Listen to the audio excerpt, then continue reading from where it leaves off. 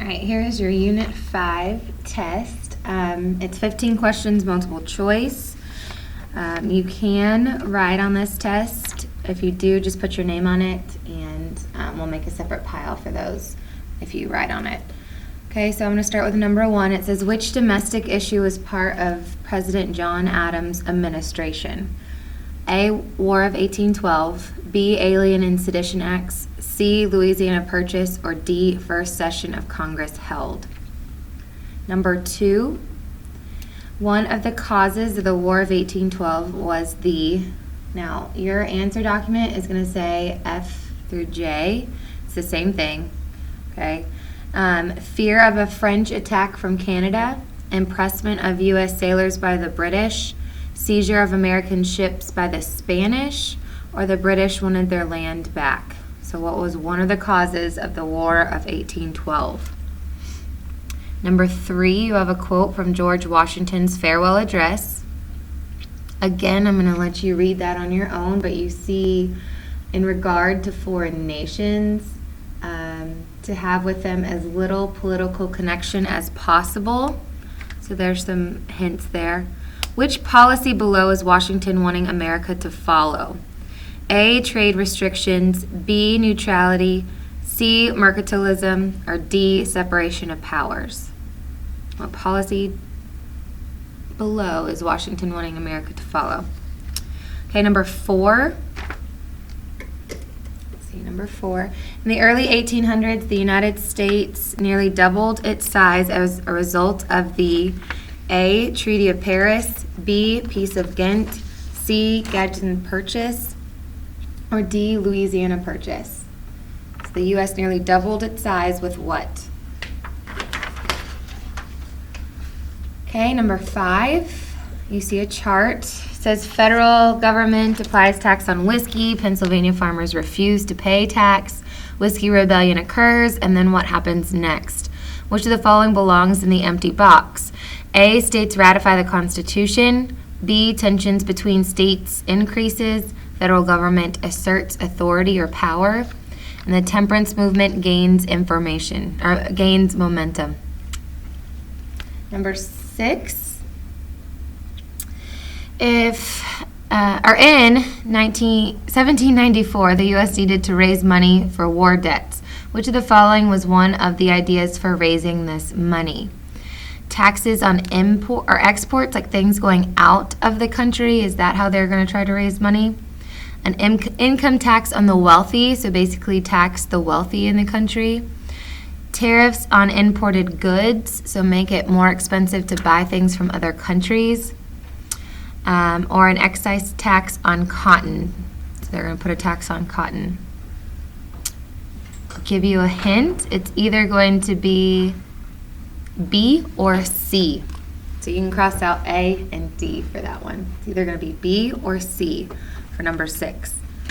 Okay, number 7. Which of the following best completes this diagram? Causes of the Whiskey Rebellion: a tax had been placed on any whiskey made in the U.S.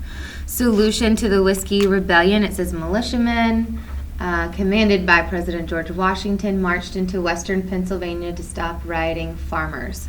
And then question mark where it has the importance of the Whiskey Rebellion. Was it A, a state court determined the outcome of the rebellion? Is that how this ended? A congressional act allowed the troops to establish order, so Congress set this power. A military action established the U.S. government power to enforce the law, so the military came in and enforced the laws, or enforced the power of the government. Or D, the military action established the Supreme Court's power of judicial review. All right, number 8. You have a cartoon, okay, and just so you see, look at this figure right here in the cartoon. Kind of looks like Uncle Sam, kind of like to represent the United States, and then you see the Monroe Doctrine in the back, and it says European coup, which means like these are supposed to be the European countries here, and this is supposed to be the U.S., and look to see what's blocking them right there. It says, who authored a document that told Europe to stay out of the affairs of the Western Hemisphere? Was it Madison, Monroe, Washington, or Jefferson? So who made the document that told Europe to stay out of the affairs in the Western Hemisphere? So stay out of the Americas. Who said that? Okay, number 9. You have another quote. Again, I'm going to make you read that, but this is from Chief Justice John Marshall, and you see the court case Marbury versus Madison. Okay. If I'm just looking at some of the, looking at the quote, there's some key. The supreme law of the land, the Constitution itself is first mentioned, and not the laws of the United States. So basically, the Constitution is the law, even though, they compare the laws of the United States to the Constitution. So it says, the above document forms the basis for which of the following concepts of American government. To be quite honest, you could look right here, and this should kind of help you answer the question. Does this document form separation of powers, checks and balances, judicial review, or federalism? All right, number 10, another quote. Again, George Washington's farewell address. So that's where it's from. Again, the keywords like one faction over another, sharpened by the spirit of revenge, party dissension. Which issue did Washington describe as a threat to democracy in his farewell address? The inclusion of Bill of Rights to the U.S. Constitution. Did he warn them about the Bill of Rights? B, the division of power into political parties. Did he warn them about political parties? Did he warn them about a dictator who would eliminate checks on power? So did he warn them about a leader taking over too much? Or did he warn them about the decision of loyalists, or somebody who's loyal still to King George, that maintained their allegiance to the British king? Okay, let's look at 11. Okay, you see a question mark here, and then all the arrows lead to certain items. So some of them says increase in U.S. industrialization or factories, growth of American nationalism or pride, strengthening of isolationism, which basically means like the U.S. is going to stay by themselves. We started to increase westward, and then the end of the Federalist Party. It says, which phrase completes the graphic above? Are these all results of the War of 1812? Are these all causes of the expansion of slavery? Are these all issues of the presidential election of 1808? Or themes in Washington's farewell address? Again, look at the arrows. That might kind of help you. Are these all results of the War of 1812, causes of the expansion of slavery, issues of the presidential election, or themes of Washington's farewell address? Number 12, use the information in the box and your knowledge of social studies to answer the following questions. It says, British defeated at the Battle of New Orleans. Enemy captured Washington, D.C. The USS Constitution, Old Ironsides won great victory, or invasion from Canada unsuccessful. To which event do these headlines refer? Is this the War of 1776?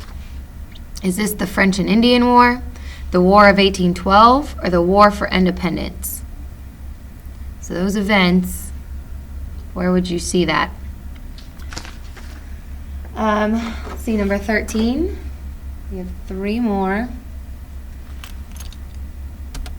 Okay, it says the decision in Marbury versus Madison was significant to U.S. history because it A, reinforced federal authority over Indian affairs.